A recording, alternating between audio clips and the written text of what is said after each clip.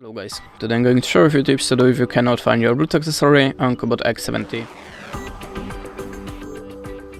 So if you have a problem to find your Bluetooth gadget, always start from the simplest way, so restart the Bluetooth connection, just switch it off and switch it on again. You can also try to restart your phone. You have to be sure that your Bluetooth accessory has activated pair mode, and how to activate it you will find in manual to your device, or maybe on your YouTube channel, so just check it and be sure that your Bluetooth accessory should be visible for other devices. But it's still not for your phone. Let's open settings, then go to the system and select rested options.